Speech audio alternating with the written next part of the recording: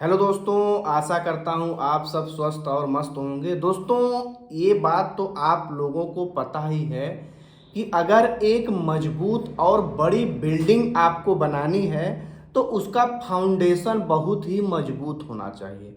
दोस्तों, उसी प्रकार अगर आपने अपनी पोर्टफोलियो को बिल्डिंग करने वाली पोर्टफोलियो बनाने में समझदारी नहीं दिखाई तो जिस प्रकार अगर आपका भवन ऊंचे तक नहीं बन पाएगा, उसी प्रकार आप ज़्यादा समय तक म्यूचुअल फंड में नहीं टिक पाएंगे, रिस्क को आप नहीं झेल पाएंगे और आप वहां से बाहर हो जाएंगे नुकसान को बुक करके।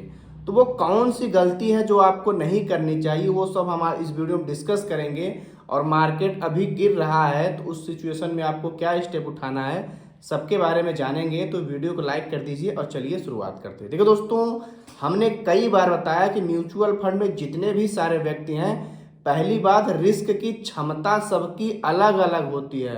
कोई 10% गिरता है फ्री रहता है, कोई 30% गिरता है फ्री रहता है, कोई 40% गिर जाए तो फ्री रहता है, और कुछ व्यक्ति 10% में ही बिल्कुल परेशान हो जाते हैं।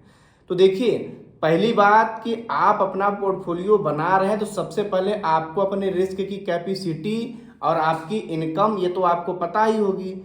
लेकिन अगर आप अपनी उम्र को और अपनी रिस्क को देखते हुए पोर्टफोलियो का निर्माण करेंगे तो आप बिल्कुल प्रेशर फ्री रहेंगे। जैसे मान लीजिए आपकी उम्र 50 साल से ज़्यादा है तो आपका जो रिस्क की कैपेसिटी है वो काफ़ी ज़्यादा है, तो आपको लो रिस्क वाला पोर्टफोलियो बनाना चाहिए। अब लो रिस्क वाला पोर्टफोलियो आप कैसे बनाएंगे?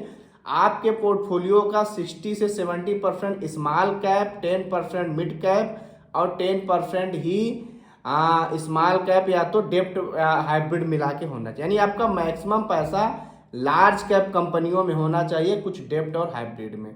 लेकिन आपकी उम्र अभी 50 से थोड़ी कम है, 40 और 35 के आसपास है, तो आपका मिड में होना चाहिए। यानी रिस्क लेने की क्षमता आपकी मीडियम है, आप थोड़ा रिस्क ज़्यादा ले सकते हैं क्योंकि अभी आपके पास पर्याप्त उम्र है।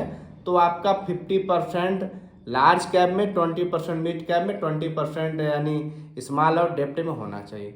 मैं हमेशा स्मॉल कैप में ज़्यादा लेने की बात करता हूँ, तो ये फार्मूला सभी व्यक्ति पे लागू नहीं होता भाई। अब कोई 60 साल का है, वो ज़्यादा से ज़्यादा स्मॉल कैप बुक कर लेगा। अभी देखिए, आप लोगों ने तो अभी देखा होगा 30% स्मॉल कैप गिरे थे, ये तो अभी आप अपने सामने देखे होंगे। लेकिन स्मॉल कैप 40-50% तक भी गिरते हैं।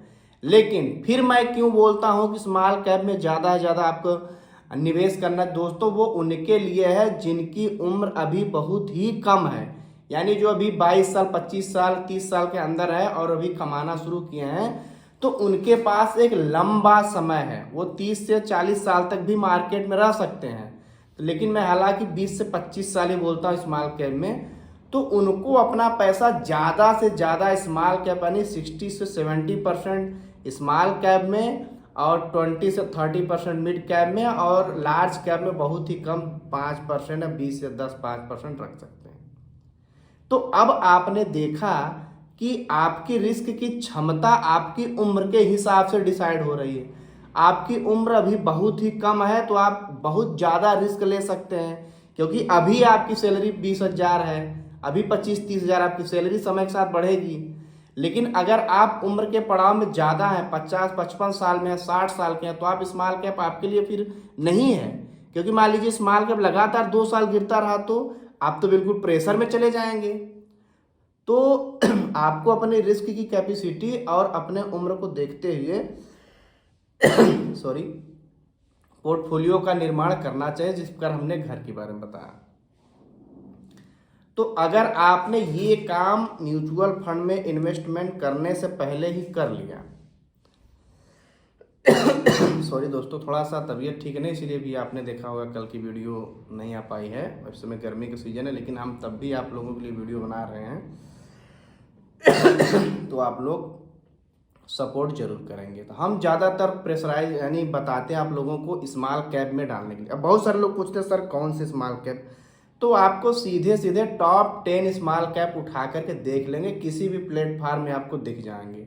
हम आपको 5-6 स्मॉल कैप का टॉप नाम भी बता दे रहे हैं। जैसे टॉप में बना हुआ है quant quant small cap, Nippon India का स्मॉल कैप, बंधन का small cap, bank of India का स्मॉल कैप, टाटा का स्मॉल कैप, HDFC का स्मॉल, ये सब बड़े और प्रतिष्ठित और बड़े एवीएम वाले हैं। तो इस प्रकार के फंड में आपको इन्वेस्टमेंट करना चाहिए। अब बात करते हैं, अब देखिए जैसे भाई मार्केट लगातार ऊपर नहीं जाएगा। मार्केट क्या होता है, सूचनाओं पे आधारित होता है। अभी देखिए हमारे देश में इतना बड़ा हादसा हुआ जिसके लिए पूरा देश शोक में और अचंभित है। जो अहमदाबाद प्लेन क्रैश हुआ है, सब लोग दुखी हैं। हम सब उन दुखी आत्माओं की शांति के लिए प्रार्थना ईश्वर से कर रहे हैं। ये बहुत बड़ी क्षति हुई हमारे देश की कि इस प्रकार का डबल, लोग बता रहे हैं कि भाई डबल इंजन एक साथ फेल हो गए। तो इस प्रकार का हादसा होना काफ़ी लोगों को आश्चर्यचकित कर रहा है और सबको दुख में डाला हुआ। लेकिन उससे भी बड़ी बात जो इजराइल ने ईरान पे हमला कर दिया। यहाँ इजराइल से 200 फाइटर जेट उड़ के आते हैं और ईरान में जहाँ जहाँ भी उनकी न्यूक्लियर साइट है वहाँ पे बॉम्बिंग करके चले जाते हैं। तो आप सोचेंगे सर इजराइल तो लगभग ईरान से यहाँ बहुत किलोमीटर दूर पे है, उसकी सीमा साझा भी नहीं लगती है। देखिए ईरान क्या है, ईरान चाहता है कि इजराइल को एकदम समाप्त कर दें, और इस बात को इजराइल के लोग भी जानते हैं। अगर ईरान परमाणु हथियार बना लिया, अभी तो मान लीजिए ईरान जैसे 100 ड्रोन फेंक के मारा इजराइल के ऊपर, ईरान ने मारा, तो ईरान ने उसको आयरन डोम ख़त्म कर दिया। मान लीजिए अगर वो उस पर परमाणु वाले हथियार मार के भेजेगा, तो परमाणु वाले हथियार तो अगर हवा में फूटेंगे तो उसका रेडिएशन तो वहीं पर रहेगा ना, पूरा अस्तित्व तो खत्म हो सकता है इजराइल। इसलिए इजराइल कह रहा है कि हम इनको बनाने से पहले ही फोड़ दें, इसलिए उनके टॉप साइंटिस्ट और टॉप कमांडर को इजराइल मार रहा है। अब देखिए जब भी कोई चीज़ अचानक से होता है तो इस पर मार्केट निगेटिव रिएक्ट देता है। तो मार्केट जब ये खबर आई तो लगातार आप देखेंगे निफ्टी 1% गिर गया। उसके बाद आप देखेंगे कल के मार्केट में अगर आप देखेंगे तो मार्केट गिरा नहीं है। मार्केट जब खुला था 1% से भी नीचे गया था, लेकिन मार्केट लगातार रिकवर किया। अब आप देखेंगे मंडे को मार्केट जब खुलेगा तो पूरी संभावना है कि वो प्लस में ही जाएगा, रिकवर करेगा। अब बहुत सारे लोग सोचते हैं सर हमको लमसम करना चाहिए कि नहीं। तो देखिए जब भी गिरावट होती है, अगर आप लमसम करेंगे उसमें आपको सस्ती यूनिट मिलेगी तो उसमें आपको फ़ायदा ही होगा। लेकिन हम हमेशा बताते हैं कि मार्केट में इस प्रकार से हिंदुस्तान और पाकिस्तान का क्लैश हुआ, रसिया यूक्रेन का हुआ, जहाँ भी इस टाइप की ग्लोबल खबर आती है तो मार्केट थोड़ा, अगर अचानक से कोई चीज़ मार्केट में होता है तो मार्केट उस पर बुरा रिएक्ट करता है। अब इजराइल और ईरान लड़ते रहें लगातार ना, कोई प्रभाव नहीं पड़ने वाला। थोड़ा सा ऑयल की कीमतें बढ़ जाएंगी, इसी वजह से मार्केट में थोड़ा सा गिरावट हुई। भाई भले $64 प्रति बैरल था, अब $74 प्रति बैरल हो गया, यानी $10 प्रति बैरल बढ़ गया है। अब देखिए जो कच्चा तेल होता है ना, हर देश की महंगाई बढ़ा देता है। भाई संसार का सभी प्रोडक्ट डीजल तेल से ही यानी संबंधित है। भाई अगर कोई सामान आप कहीं से मंगा रहे हैं तो जो ट्रांसपोर्ट लेके आ रहा है, जो गाड़ी उसको लेके आ रहा है, ऑटोमेटिक जो सामान उस पर आ रहा है उसकी कास्ट आपसे वसूली जाएगी। तो डीजल यानी कच्चा तेल का प्राइस बढ़ने का मतलब कि महंगाई अपने आप बढ़ जाना, ये तो फिक्स होता। इसी वजह से अब भाई जब जैसे महंगाई बढ़ने लगेगी हमारे देश में, तो RBI जो अभी रेपो रेट कट किया उसको रेपो रेट बढ़ाना पड़ेगा, तो जो कि मार्केट के लिए थोड़ा सा अच्छा नहीं होता है। तो मार्केट लगातार इसी प्रकार से करता रहेगा। आप लोगों को अपनी इनकम बढ़ाने के बारे में सोचना है और आप अपनी उम्र के हिसाब से अपना पोर्टफोलियो बनाएंगे। हमने कई बार आपको बताया है कि आपकी उम्र जैसी हो वैसा आपको पोर्टफोलियो होना है। पोर्टफोलियो अगर आपका व्यवस्थित रहेगा तो मार्केट की गिरावट को आप पे बहुत ज़्यादा असर नहीं पड़ेगा, है ना। तो अगर आपकी पर्याप्त उम्र है, पर्याप्त आपके पास समय, तो आप स्मॉल कैप में ज़्यादा से ज़्यादा बनाएं, क्योंकि भाई लार्ज कैप में तो वो क्यों नहीं ज़्यादा गिरता है। टॉप देश की 100 कंपनियां, मिड कैप उससे थोड़ा कम गिरता है, उसमें टॉप 150 कंपनियां हैं। स्मॉल कैप में तो 5800 कंपनियां हैं। सब छोटी छोटी कंपनियां, छोटी सी न्यूज़ एकदम दब जाती हैं लेकिन उठती बड़ी तेज़ी से हैं।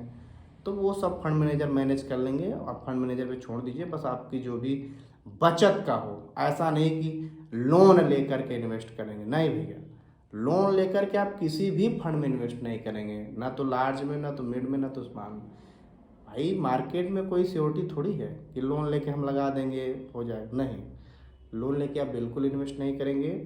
देखिए तबीयत थोड़ा सा ठीक नहीं है, गर्मी का मौसम भी है, आप सब भी धूप से बच के रहेंगे। आप लगातार आपके लिए वीडियो बना रहे हैं, तो यार अभी तक आप देख रहे हैं तो सब्सक्राइब करिए, आप अपना प्रश्न पूछिए, आप लोगों की दुआओं से जल्द ही सब कुछ ठीक हो जाएगा। तो चलिए मिलेंगे अगली वीडियो में, तब तक के लिए